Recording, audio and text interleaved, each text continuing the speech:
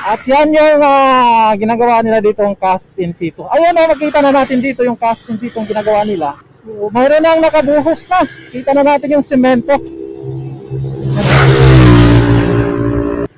So, tapos na yung ano nila dito. Yan.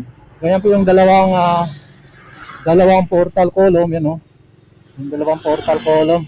Yung malaki at itong maliit. Pero grabe, natapos agad nila itong maliit. Kita na rin dito. So halos matatapos na nila. So itong ang isa dito, dudugtong na doon sa papuntahan natin. So medyo malayo-layo pa tayo doon sa pupuntahan nating Clark Station, no? At makita natin dito yung violet na jeep. Yan, nasa unahan natin. Yung ibang mga jeep ngayon ay nag-strike. Dahil siguro, yung mga jeep na yun, yung mga nag-strike, sila yung may-ari ng jeep.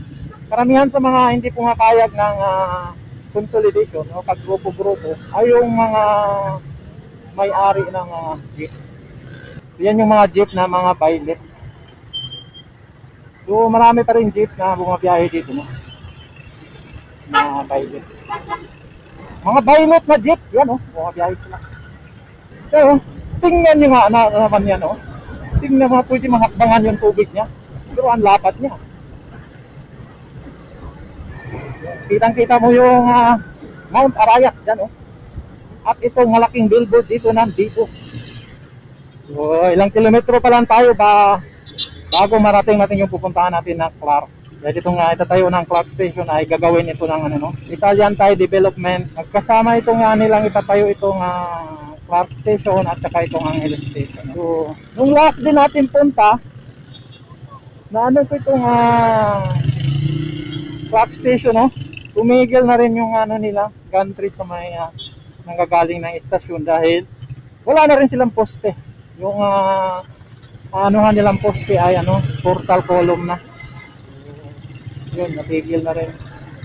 At yung isa namang gantry nila na gantry number 2 na nanggagaling sa may bahagi kung saan nagsisimula yung CP-Infor ay malapit na rin na darating doon sa ginagawa nilang parang na-dead end na rin dahil cast in situ nga yung segment na nadatnan niya.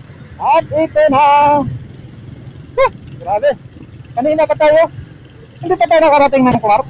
Pambihirang buhay naman to. Yan nasa harapan na natin yung kung saan nagsisimula yung construction nila dito sa may Clark Station, yan kita natin yung bedak. At dito, kita natin yung mga nagtatrabaho dito sa may yung poste na papunta na dito sa may south side. Yan may At doon sa unahan na nga yung kung maaninag nyo, makita na natin yung kanilang dalawang gantry. Yun magkasunod na. At yan, dire-diretso na po yan papunta dito. Yan. So hanggang dyan po yung bakod nila. Doon So dire-diretso na po yan hanggang doon, papuntang lumang estasyon ng Angeles, doon sa pagtawid mo ng ng Abacan River.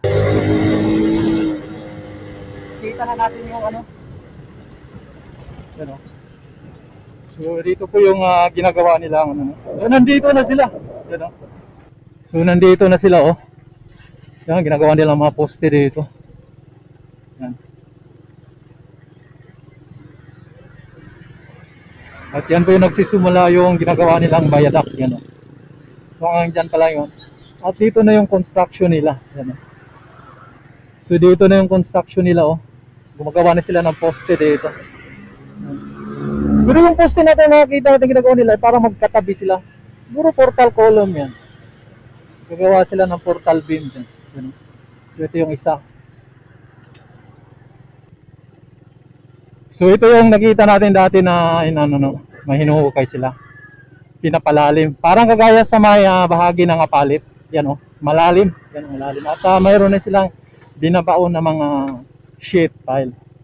Yan So ayan makita natin yung mga nagtatrabaho So medyo malalim dito para sa pundasyon na yan. At yan yung nakita natin yung mga nakaparking na yung mga doon. Yun Yung para sa pinaka-base nitong gawin nilang poste. Yan yung mga bakal. So yan yung yan yung ginagawa nila dito. Yan ito poste. So ginagawa nila mga poste ngayon, yung dito na side na ano, mga column, yung hilera dito side. Parang 3 hilera yung mga poste na gagawin nila dito, no? Sa may kahabaan nitong istasyon yan, no? So yung hilera doon sa kabila ay halos tapos na nila lahat yung mga poste, may mga terhead na.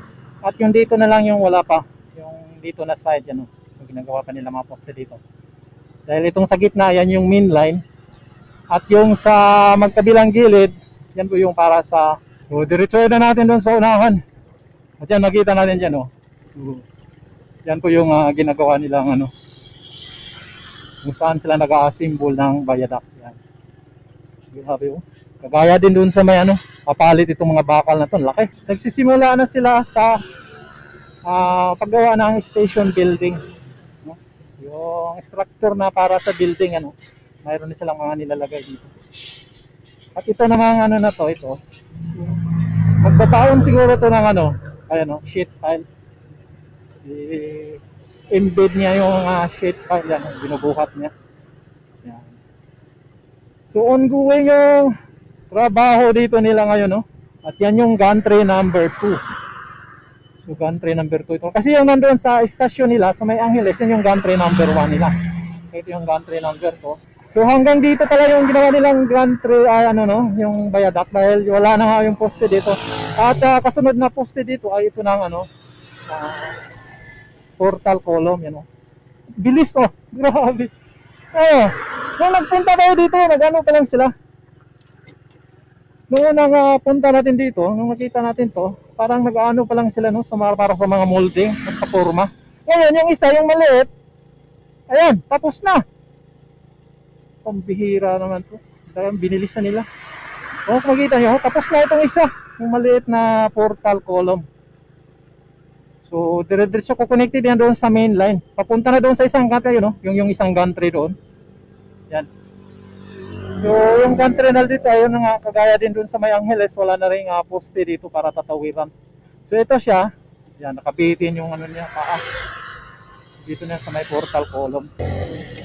Yan po yung ano, no? Yan, no? So, tapos na ito yung ano na to.